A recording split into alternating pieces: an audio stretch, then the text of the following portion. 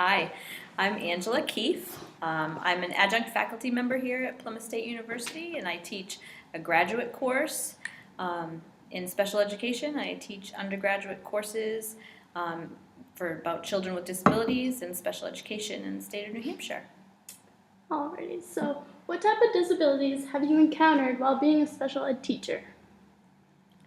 Probably almost everything, I imagine. So I worked with students with autism, cerebral palsy. I'll take that back. I haven't worked with anyone with significant visual impairment or with deafness or hearing impairment. Speech language disorders, learning disabilities, Down syndrome, all those kinds of things. ADHD, definitely.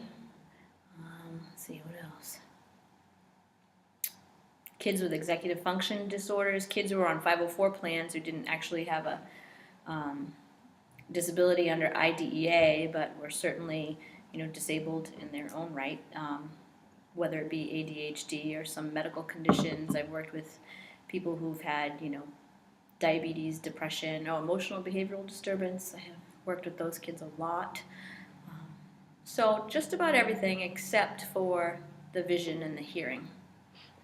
Alrighty, what was the most challenging thing about being a special education teacher? The paperwork, keeping up with everything that you had to do as a case manager in terms of, fulfilling all your requirements under law. So there's a lot of meetings, a lot of paperwork. You have to write IEPs and all kinds of reports, and so the paperwork and the technical side of it, I guess, is probably the most difficult. Working with the kids and with parents and with teachers is the best part of the job, and it's why people continue to do it. But the requirements in terms of IEPs and paperwork is pretty extensive. What was the most rewarding part about being a special education teacher? Well, there you go. Working with the kids, obviously. Watching kids, make improvements. It's always great to make those breakthroughs. A student who couldn't really read or write at the level they needed to, and after you work with them, they're able to do better with that. That's always really rewarding. I've always really liked working with kids that are considered at risk. Kids that are involved with foster care or juvenile justice, homeless, kids with behavioral problems that tend to get kicked out of class or kicked out of school all the time. Those are the kids that I really like. They're challenging, but they can be super fun to work with, and that's really rewarding to help them manage to stay in school and do their work and feel better about themselves, and to see them be successful is the most rewarding part. What was the most common disability you had, and why do you think that was? Oh, definitely. So other health impaired would include all the students with attention deficit and learning disabilities. Those are the two that probably the most prevalent that I've worked with the most. Did you ask why I thought that was the most prevalent? Yes.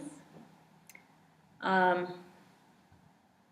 think our ability to diagnose some of these issues now is better than it was previously, so those numbers are always going up.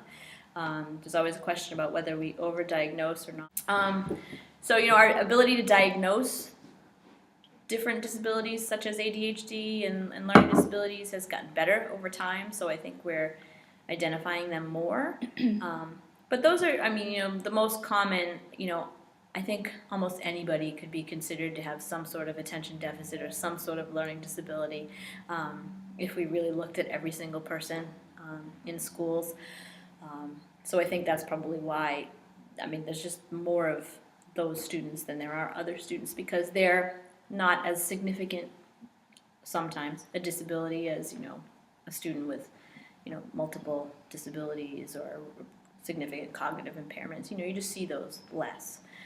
So the prevalence of those, as you know, low incidence disabilities versus a high incidence disability. So they're just the most common ones, and I've always just been what's considered a learning specialist, and I've always worked with kids with learning disabilities and attention deficits and executive function the most, because my background is speech and language pathology and learning disability and special ed, so those are the kids that I work with more. Why did you choose to be a special education teacher? That's a good question. I started out my career actually when I went to college as a freshman. I was a biology major and I wanted to teach science, which was what I wanted to do. I loved science and I loved to teach. I knew I wanted to be a teacher since I was in second grade. And so that's what I did at first. And then some of those organic chemistry classes and stuff like that, wow, they really got me. And I'm like, I do not want to do this the rest of my life. So then I went into speech language pathology and communication disorders. That's actually what my bachelor's degree is in. And I found it really, really interesting.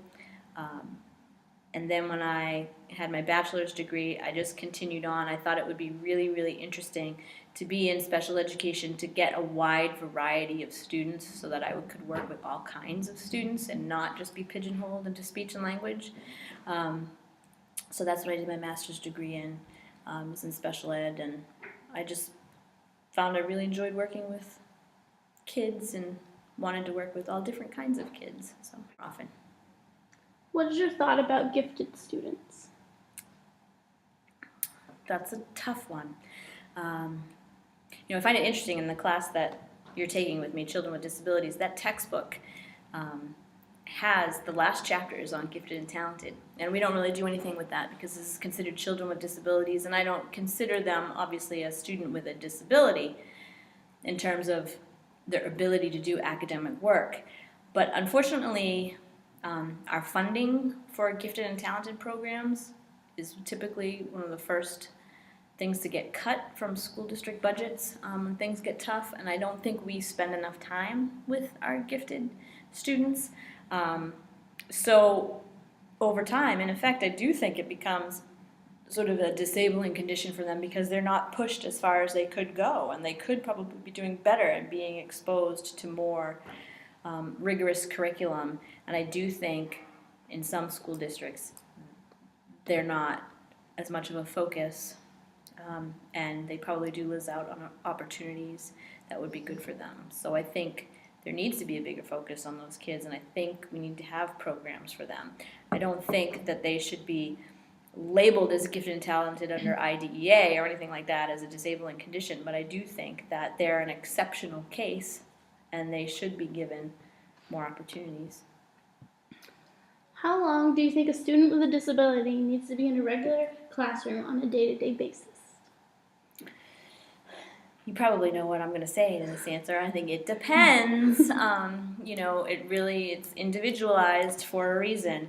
I believe that students should be in the regular education classroom to the maximum extent appropriate, whatever works for them. It's going to be different for certain kids.